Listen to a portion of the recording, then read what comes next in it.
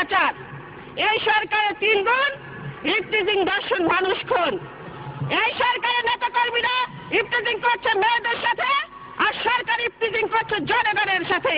কিছুদিন আগে এই সরকারের প্রধানমন্ত্রী বলেছেন এদেশের মানুষ নাকি 4 বেলা খাচ্ছে। কথাটি অসত্য। অবশ্য খাচ্ছে।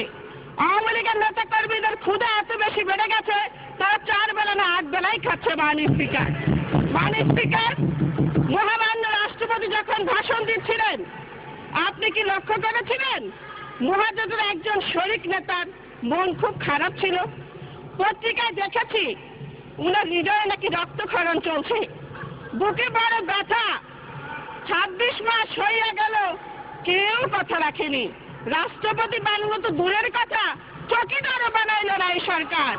আর আমাদের এমপি মমতাজের কণ্ঠে কণ্ঠ মিলিয়ে উনিও গান গাইলেন, আমার বুকটা ফাইটটা যায়, আমার চোখের সামনে দিয়া জিল্লুর রহমান পতাকা উড়াইয়া চইলা যায়, আমার বুকটা ফাইটটা যায়। মানে স্পিকার, আমি সেই দিকে যেতে চাই না। কথা ছিল ডিজিটাল বাংলাদেশ গড়বার।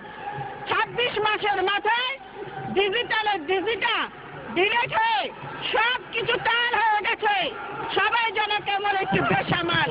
কারণ প্রধানমন্ত্রীর মতো ওনারা সকলেই ঢাকার টান অনুভব করছেন। অর্থমন্ত্রী টাল, আইন প্রতিমন্ত্রী টাল, স্বরাষ্ট্র প্রতিমন্ত্রী টাল, বাণিজ্য মন্ত্রী টাল, সবাই যেন একটু বেসামাল।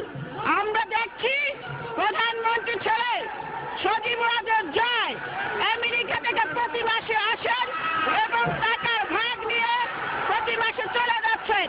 সেখানে নাকি তিনি কালো টাকার পাহাড়ে করেছেন। কিছুদিন আগে $300 কোটি বিনিয়োগ করে উনি সেখানে ব্যবসা শুরু করেছেন। এই টাকা উনি কোত্থেকে পেলেন আমরা জানতে চাই। ছেলে গেলে বোন আসে লন্ডন থেকে, আমার ভাগ কোথায়? এভাবেই চলছে। মাননীয় স্পিকার, আমাদের দেশের স্বরাষ্ট্র প্রতিমন্ত্রী ওই শাহরুখ খানের সংসদে গিয়ে সোফাতে জায়গা না পেয়ে উনি ফ্লোরে বসে গেলেন। ওই নিউ মার্কা স্বরাষ্ট্র প্রতিমন্ত্রী আবার হুঙ্কার ছেড়ে তারেক রহমান দেশে ফিরলে তাকে গ্রেপ্তার করা হবে।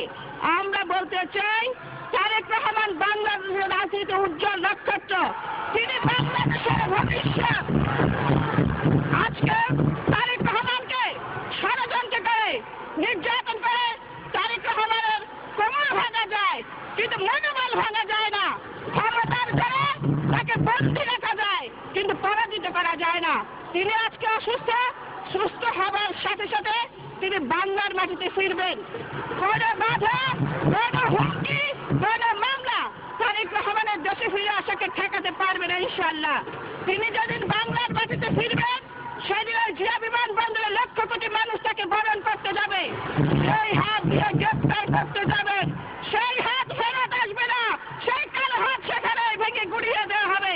মাননীয় স্পিকার, আমাদের অর্থমন্ত্রী উনি শেয়ার বাজারে বিনিয়োগকারীদের বললেন ফাটকাবাজ। এই সরকার শেয়ার বাজারে সাধারণ মানুষের টাকা লুট করেছে। জনাব হাবিব রহমান বলেছেন দেশ আজ বাজিকারের হাতে, আর শেয়ার বাজারে স্লোগান উঠেছে শেখ হাসিনা বাজিগার, সবাই মিলে তারে ধর।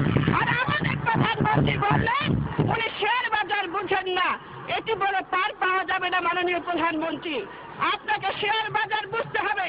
যারা সাধারণ মানুষের টাকা লুট করেছে, ওই সালমান রহমান, আজিজ খান, রকেশ কামাল সহ 11 লুটেরাকে ধরতে হবে, জনগণের টাকা ফেরত দিতে হবে।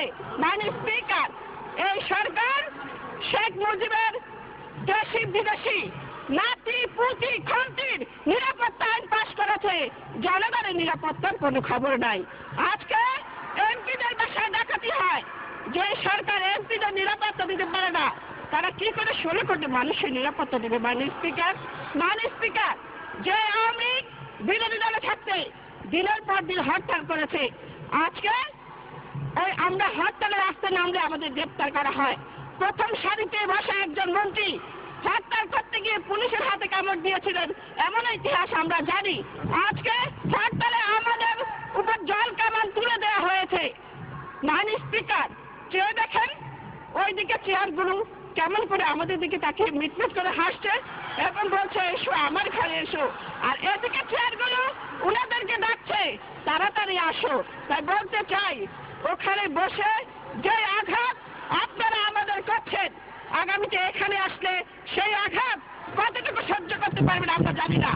আরিয়াল বিনের আপনার নামে বিমানবন্দর করতে গিয়েছিলেন, পাবলিক বুড়ো আঙুল দেখিয়ে দিয়েছে। মাননীয় স্পিকার, গতকালকে একজন মন্ত্রী আমাদের নেতা সম্পর্কে কটূক্তি করেছে। আমরা বলতে চাই, এতদিন আমরা ছিলাম না, আমরা এখন সংসদে এসেছি। কেউ যদি আমাদের নেতা নেত্রী সম্পর্কে কটূক্তি করে, ও জিভ কেটে টুকরো টুকরো করে আমরা কাছে রাখা ঝুলিয়ে দেব। মাননীয় স্পিকার, ক্ষমতার জোরে, গায়ের জোরে এই সরকার অনেক পাপের বোঝা বাড়ি করে ফেলেছে। মাননীয় প্রধানমন্ত্রী, আপনি যেভাবে আমাদের নেত্রীকে বাড়ি ছাড়া করেছেন, এদেশের মানুষ আপনাকে সেভাবে ক্ষমতা ছাড়ি করবে। নেত্রী জায়গা বাংলাদেশে হয়েছে, কিন্তু আপনার জায়গা বাংলাদেশে হবে না। আপনি আগুন নিয়ে খেলা শুরু করেছেন, আগুন দেখেছেন, আগুনের তীব্রতা দেখেননি। যে আগুন নিয়ে আপনি খেলছেন, সেই আগুনের লেলিহান শিখা আপনাকে গ্রাস করবে। বিদেশি কোনো প্রভু আপনাকে রক্ষা করতে পারবে না। জনতা দুর্যোগের ভয়ঙ্কর দেখেছেন না? ইন্দোনেশিয়া সরকার পালিয়েছে, মিশরের সরকার পালিয়েছে, লিবিয়ার সরকার পালানোর পথ খুঁজছে। এই সরকার পালানোর পথ খুঁজে পাবে না। মাননীয় স্পিকার, এই সরকারের দুর্নীতি, ডাকাতি, দুঃশাসনের বিচার এই বাংলার মাটিতে হতেই হবে, হতেই হবে। মাননীয় স্পিকার, আজকে আমাদের নেত্রী যেখানে যাচ্ছেন সেখানে জনতার ঢল নামছে। এদেশের মানুষ ঘোষণা করছে বাংলাদেশের আগামী দিন বেগম খালেদা জিয়া। এদেশের শোষিত, নির্যাতিত, নিপীড়িত মানুষের কণ্ঠে উচ্চারিত হচ্ছে খালেদা জিয়ার বাংলাদেশ, শেখ হাসিনার সময় শেষ।